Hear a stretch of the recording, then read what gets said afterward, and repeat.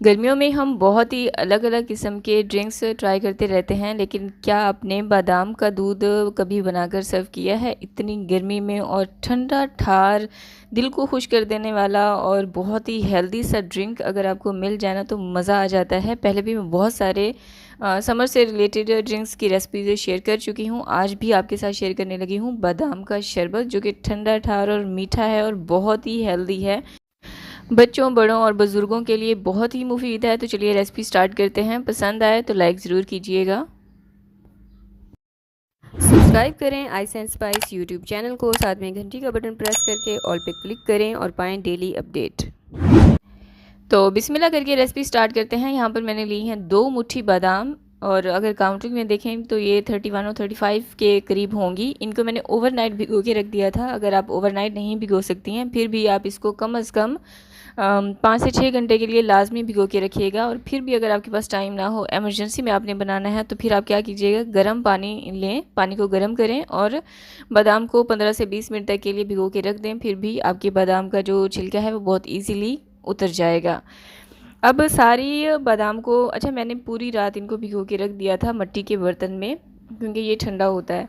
और अब दूसरे दिन मैंने इसको पील ऑफ कर लिया है और अब इसको जूसर जग में डाल के और इसमें थोड़ा सा पानी डालेंगे और इसका बहुत ही स्मूथ सा पेस्ट बना लेंगे।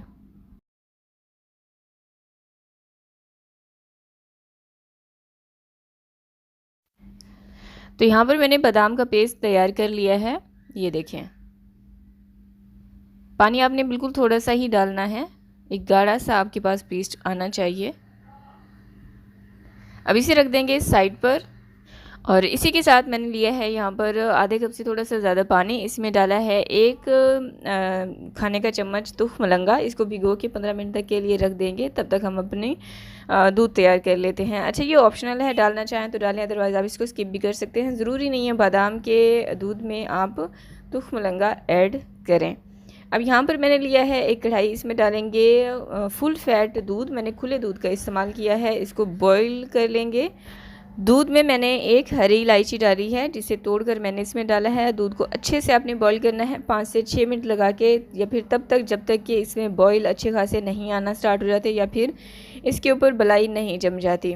अब यहाँ पर इसमें मैं डाल रही हूँ चीनी 2 खाने के चम्मच। अच्छा, चीनी मेरे घर में इतना ज़्यादा पसंद नहीं की जाती, तो मैंने चीनी 2 खाने के चम्मच ही डाली है। आप चीनी को अपने जायके के मुताबिक भी एडजस्ट कर सकते हैं। अगर आप चाहें तो आप ज़्यादा चीनी का इस्तेमाल कर सकते हैं। अब इसको अच्छे से मिक्स कर लेंगे। अब यहाँ पर मैंने लिया है दूध। उसी दूध में से मैंने थोड़ा सा दूध बचा लिया था। 1/3 कप के जितना मैंने दूध लिया है। इसमें डालेंगे 1 खाने का चम्मच कॉर्नफ्लोर और इसको अच्छे से मिक्स कर लेंगे। अच्छा, ये ना दूध को थोड़ा सा थिक करने में काम आएगा।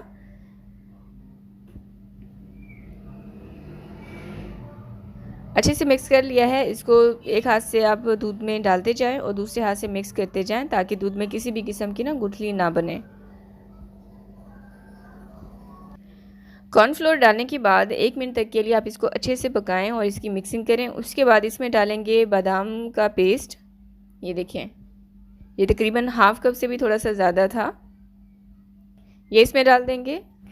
अच्छा, बादाम हमारी सेहत के लिए बहुत ज़्यादा मुफीद है। जब भी डॉक्टर से हमें सुनने को मिले कि हमें कमज़ोरी हो रही है या फिर हम खुद महसूस करें, कमज़ोरी महसूस करें, तो सबसे पहले जो ख्याल आता है ना वो यही आता है कि हम ड्राई फ्रूट्स खाएं, बादाम पिस्ता वगैरह अपनी रूटीन में ऐड करें। तो महंगे महंगे ड्रिंक लेकर बाहर से पीने से बेहतर है कि कुछ घर पर हेल्दी सा बनाकर पिया जाए। तो बादाम को डालने के बाद 1 से 1.5 मिनट तक के लिए आपने इसको मज़ीद पकाना है। बादाम हमारी सेहत के लिए भी बहुत ज़्यादा मुफीद हैं और हमारी स्किन के लिए बहुत ज़्यादा मुफीद है, हमारे बालों के लिए बहुत ज़्यादा मुफीद हैं, हमारे नेल्स के लिए, ओवरऑल हमारी सेहत के लिए ना बहुत ज़्यादा मुफीद हैं। तो बादाम को अच्छे से मिक्स करने के बाद 1 से 2 मिनट तक के लिए आपने इसको पकाना है और चूल्हे की आंच आपने बंद कर देनी है।